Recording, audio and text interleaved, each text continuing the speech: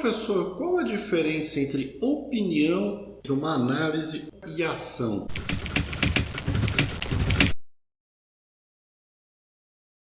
Bem-vindo ao Pitada de Engenharia. Fazia algum tempo que eu não gravava aqueles vídeos mais reflexivos, aqueles vídeos que discutem o papel da engenharia na sociedade, que discutem o ensino, que discutem a vida universitária. Mas eu preparei pelo menos um conjunto aí de 4 vídeos que eu acho que vão mostrar alguns dos meus pontos de vista. Nos dias de hoje, a sociedade tem sido muito cobrada e tem cobrado muito da universidade a questão do posicionamento.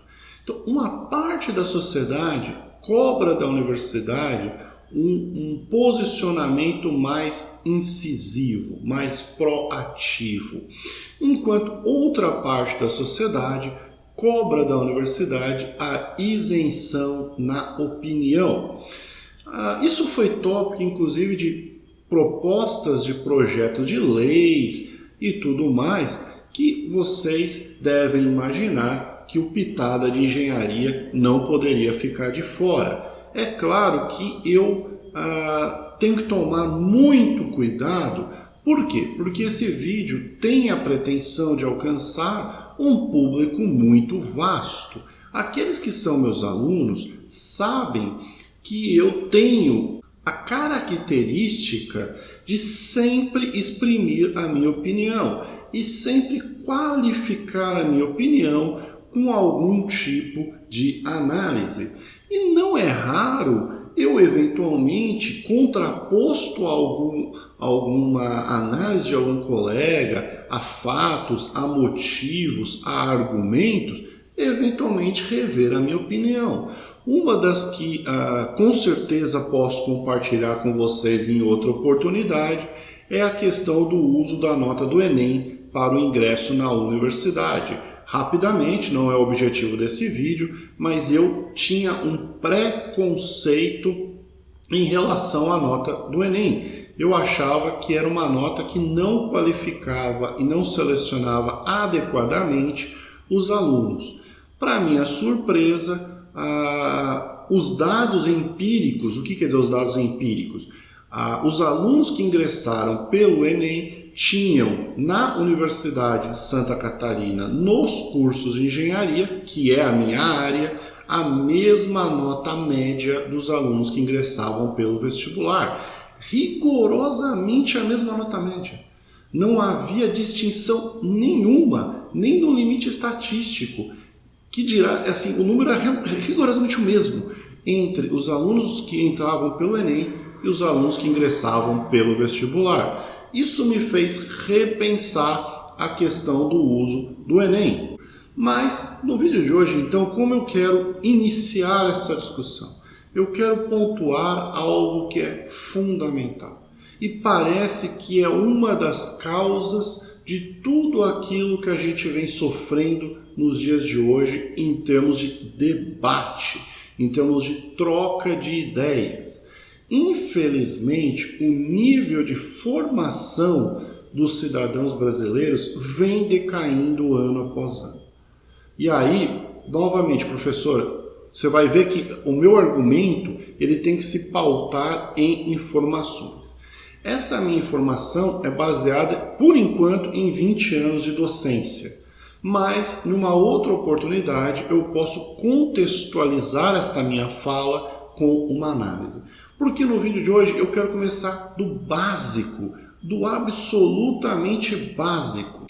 E o que é o básico? O básico é diferenciar 3 coisas fundamentais. Então vamos subir junto esses 3 degraus da compreensão para que a gente nos policie quando entrarmos em uma discussão, quando vier aquela vontade de rebater uma fala, rebater um post no Twitter, ou mesmo cobrar o posicionamento de alguém sobre algum assunto. É muito importante que vocês entendam que existem 3 coisas muito diferentes. Vamos entender isso, vamos aprender a diferenciar essas 3 coisas. O primeiro degrau é a chamada opinião. Todo mundo é livre para ter a sua opinião. Opinar é algo intrínseco do ser humano. O que é uma opinião, professor? Uma opinião é expressar um gosto com base apenas numa convicção pessoal. Então, vamos imaginar que no nosso reino mítico existe uma loja que vende, por exemplo, pamonha. E eu chego e falo o seguinte: olha, aquela loja de pamonha tem a melhor pamonha de todo o reino. Isto é uma opinião. Eu expressei o meu apreço pela pamonha com base em absolutamente nada. As opiniões podem ou não serem questionadas e você pode ou não concordar com elas. Você é livre para concordar ou não. Você de repente pode achar que a pamonha da outra loja é melhor. Ou eventualmente você nem gosta de pamonha, então você nem tem uma opinião sobre a pamonha daquela loja. Então, opinião é alguma coisa que a gente expressa devido a uma convicção pessoal. Uma coisa muito diferente é o que a gente chama de uma análise. O que é uma análise? Uma análise é uma informação que está calcada em uma evidência verificável e rastreável. A gente vai falar um pouco dessa questão. Muita gente fala, não, tem que confiar na ciência, tem que confiar nos argumentos científicos. E para existir um argumento científico, existe todo um conceito. E esse conceito tem a ver com repetibilidade, reprodutibilidade e rastreamento. Mas sobre isso eu vou falar em um outro vídeo.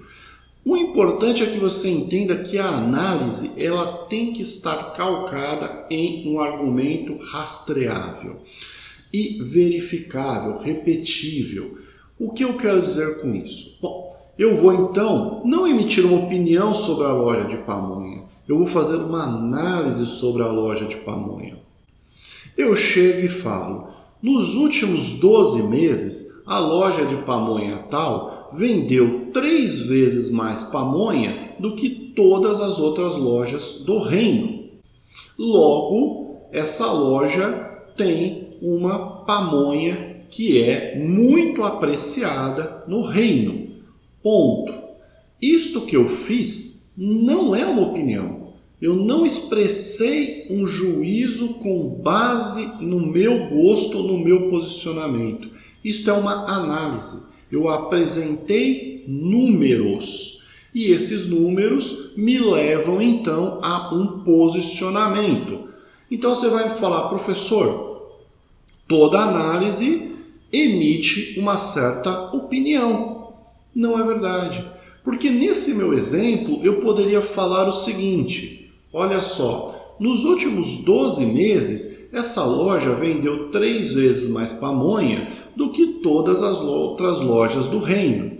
No entanto, eu não gosto tanto da pamonha desta loja, eu prefiro a pamonha da loja X.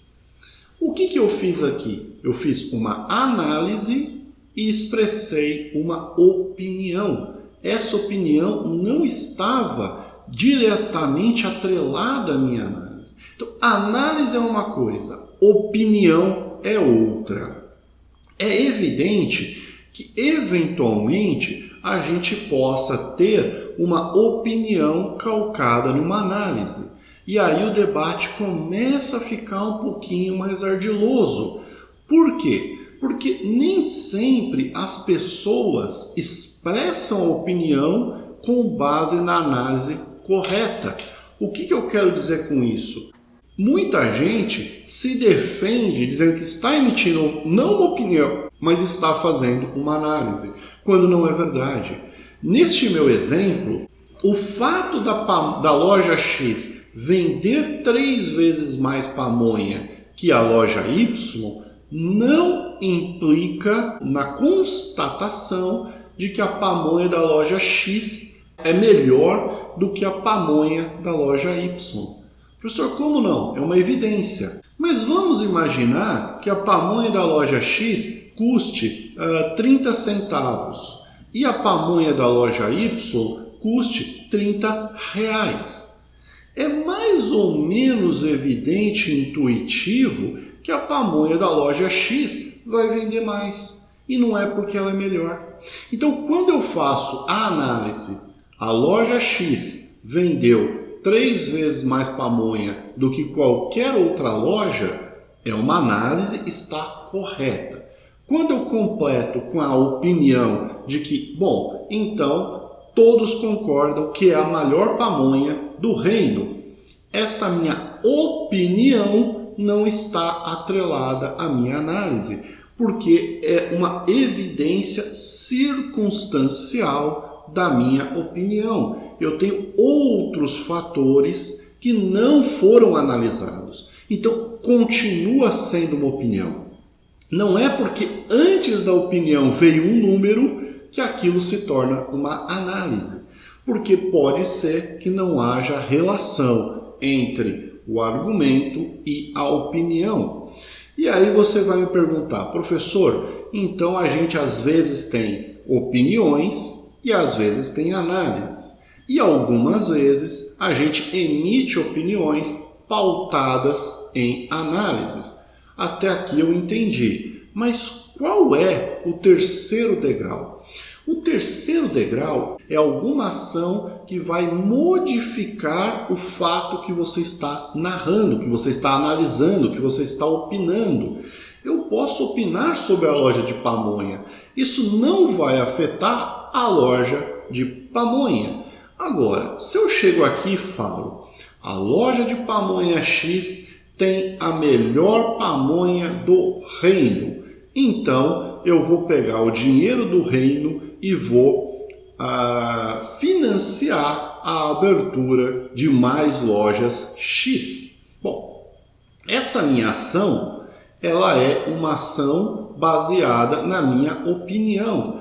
Ela pode também ser baseada em uma análise. Olha, a loja X vende a pamonha mais barata do reino. Então eu vou pegar o meu dinheiro, ou o meu dinheiro pessoal, e vou investir na loja de pamonha X.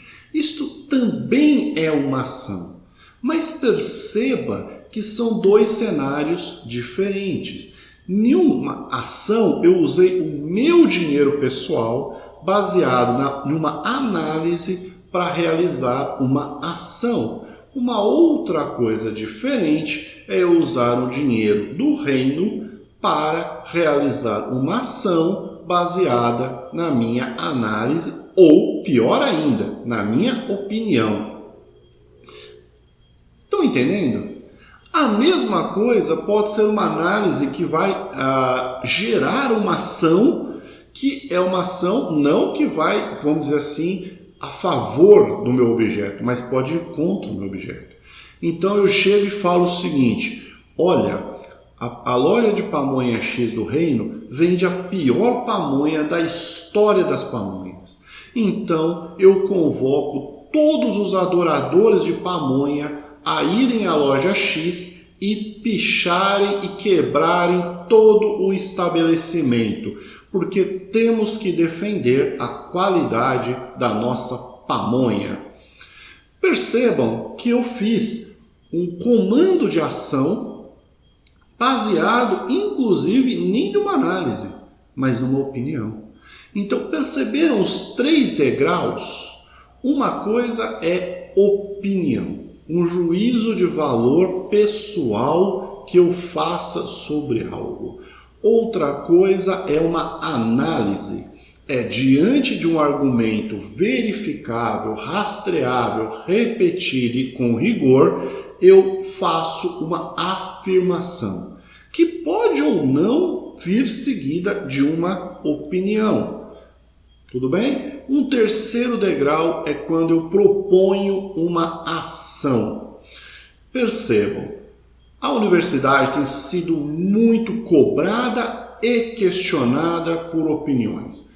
Estamos falando aqui, vamos abrir o jogo, da questão dos professores emitirem opiniões, dos reitores emitirem opiniões.